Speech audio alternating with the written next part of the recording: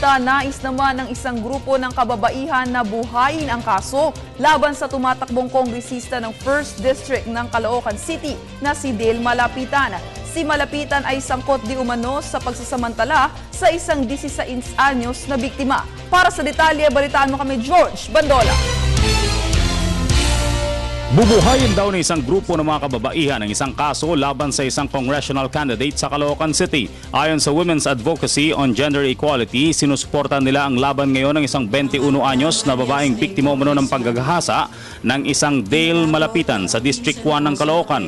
Si Malapitan ay tumatakbong congressman ngayon. Sa pagharap ng biktima kasama si Attorney Trixie Angeles, kilalang abogado ng mga Magdalo noon, 16 anyos pa lang noon ang biktima ng umunoy pagsamantalahan ng inaakusahan. Sabi ni Attorney Angeles, maaaring questionin ang motibo ng pagbubukas ng kaso dahil sa election period, pero malinaw umano na ito ng biktima at hindi dinikta ni numan. Gaya ng sinabi ko, naiintindihan ko yung skepticism nyo. Kasi kung ako din yung nakaupo dyan, I would ask the same questions.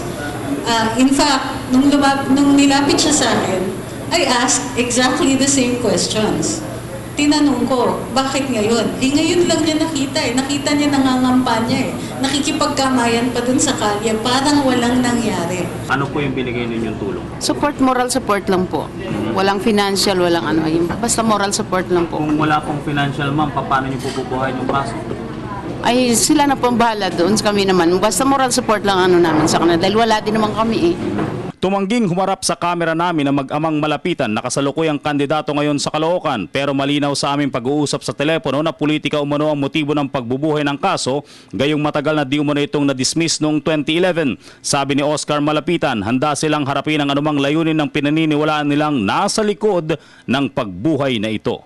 Para sa Telebisyon ng Bayan, George Ban